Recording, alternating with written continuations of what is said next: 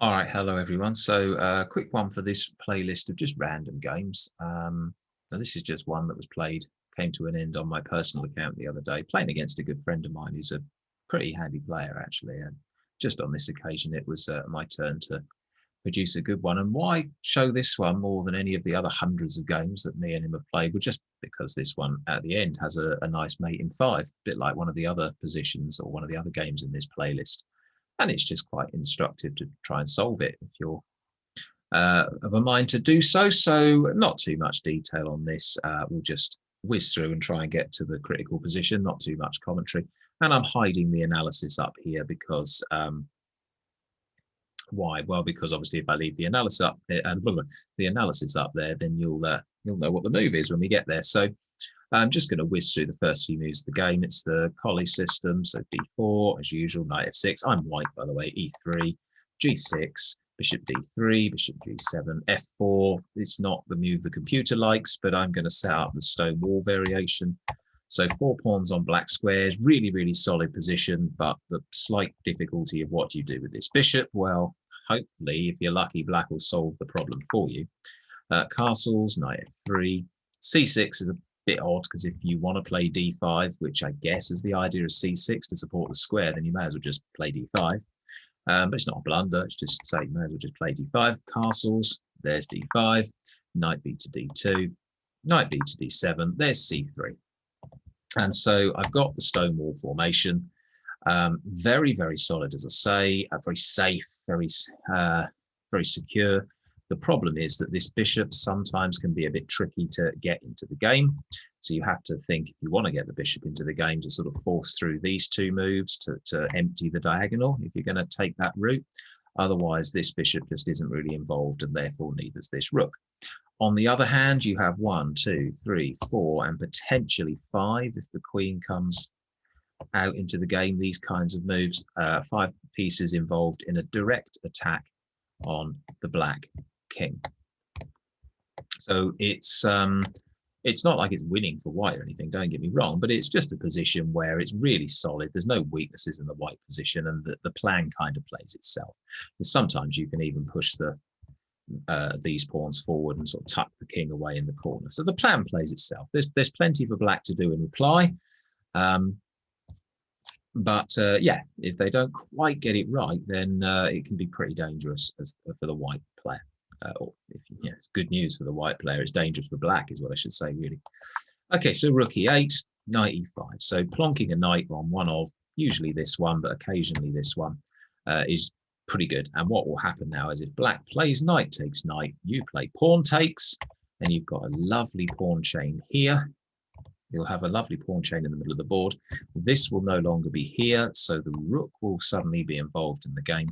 And you've only then got this pawn in the way of the bishop, so you'll be able to play there, and suddenly you've got yet another piece in the attack. So my opponent rightly avoids knight takes knight. And e4, we're going to do it anyway, because I've removed one of the obstacles from this bishop. One of them's now out of the way. So when you have these kinds of positions where the pawns are sort of blocked in the middle of the board, the key is to find the right pawn breaks. If black ever gets a chance, that move there, c5, is probably the one he's going to want to do, and perhaps here, and try to shatter my stone wall from that direction. My obvious pawn breaks are these ones, and 2 of them get played in the game. So here's one now, and my opponent decides to take. There's nothing wrong with that. I'm not going to be a pawn down, so I capture. I don't want to be a piece down, so he captures, and I don't want to be a pawn down, so I capture. And if you have a look at the position now, I've got a fantastic center here. I've got really nice active pieces. I'm not a million miles now from getting this bishop and this rook into the game. Really nice position for white. Nothing wrong with the black position in the sense of weaknesses. Everything's defended, but at the same time, black isn't really doing anything particularly exciting either. It's quite passive, is the word, if you like. Black's a bit defensive here. So what happens? Well, f6 is interesting. So it obviously attacks my knight. My opponent didn't want my knight in the middle of the board. And the computer says it's an okay move. But I just wondered if undefending this pawn like this was a bit weakening. I mean, who am I to argue with a computer? But it just looks like it's just weakening the king position. So I wasn't sure about it. But anyway, obviously I'm going to bring the knight back. I don't want to just lose my knight for nothing at this point. And my opponent plays knight across. Now that is a slight mistake, because from this square, the knight is defending both of these pawns, and that's just the right square for the knight. The other thing it's kind of doing from here is blocking the bishop. The bishop now can't defend itself, so it's sort of getting everything into a tangle. And I'm not quite sure what the knight's doing from here anyway. Like, two of its possible next squares are protected by my pawns. So yeah, this was a bit of an odd one. And I'm going to take advantage of it to create my next pawn break. So I'm going to try and get the enemy king, really open up the king, because look, I've got all these pieces now ready to go over and try and checkmate the king. And the knight has to go back. It has to go back to defend this square, which kind of proves this was a bit of a mistake. Okay, so queen c2. The computer actually prefers putting the queen on this square and going for the check against the king. My logic for being here was dead simple. I've now got 3 pieces all lined up attacking g6, and there's not really a very pleasant way for black to defend it. And black stumbles slightly here. The correct move is actually to play takes, takes, takes, takes. And although this isn't very pretty for black, there's at least a chance of defending it. So yeah, it's pretty unpleasant. Some of the weaknesses over here, and there's an isolated pawn and da da da da. But the material's level and maybe black can defend. But the actual move played in the game was queen d6, and this is a problem because there's now only the knight and pawn defending here, whereas we've got 1, 2, 3 pieces attacking. So we can now really break through to the enemy king. So takes, takes, takes, takes, queen takes. And now what have we got? We've got 1 piece coming, potentially 2 pieces coming. We've got a 3rd piece in the attack and a 4th piece in the attack. Really, really dangerous. Black has got 1 bishop here defending the king, and it's a bishop that's pinned anyway. Another potential defender here is actually undefended itself and attacked by the queen. And the queen, well, she's cut off from the defense of the king by her own pawns. So what's going to happen here? Well, it's really difficult to see how black can defend this. And I think the computer actually says it's already about +7 or something. It's basically not good. So my opponent plays rook across. And the idea, well, he thinks it's the only way to prevent some nastiness happening, but actually it's mate in 5 from this position. And if you want to have a go at finding the correct next move, do press pause and see if you can work out what it is. I didn't realize in the game when I was playing that it was mate in 5. I just looked at it and thought it looked like a really, really nice move. And it was only after my opponent's reply that I suddenly twigged, oh, actually, this is over. So yeah, press pause, see if you can find what the correct next move is for white here. And I will play that on the board in 3, 2, 1, now. And it's bishop to h6. So this black bishop is absolutely, completely pinned. It can't move. And when you have a piece of your enemy's pinned, the best thing to do is attack it again. And this is now threatening checkmate. Queen takes bishop is checkmate. It attacks the king, and there's no defense. The king can't take because the bishop's defending the queen.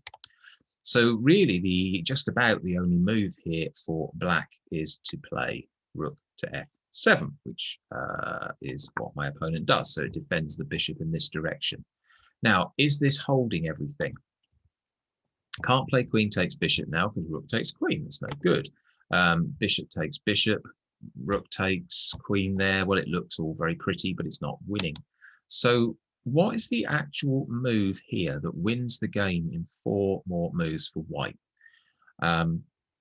Again, if you want to have a go and try and work it out, press pause now. I'll give you another clue in 3, 2, 1. Okay, so your next clue is that there are 2 other pieces here that need to be involved in the attack. We've currently got 2 pieces attacking and 2 defenders. We need more pieces in the attack. So if that helps you work it out, again, press pause. And the next move in 3, 2, 1. The right move is to put the knight here.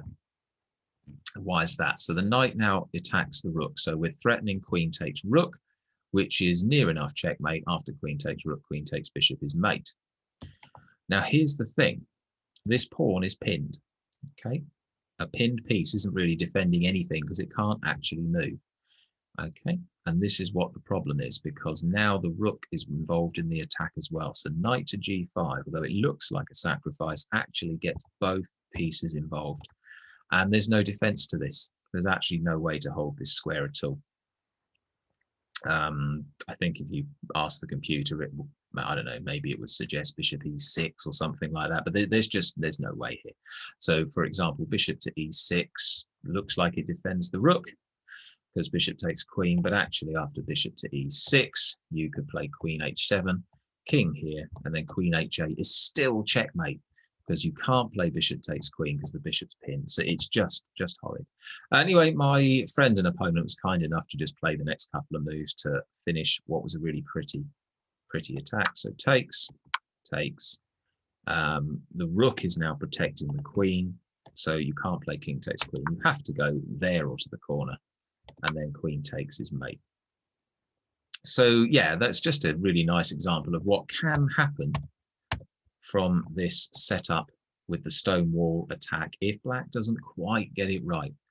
It's a plan that sort of plays itself, but it's obviously if black deals with it the right way, it's no better than equal for white, but it is a plan that can be very deadly and very dangerous if you're allowed to prosecute the plan in the right way.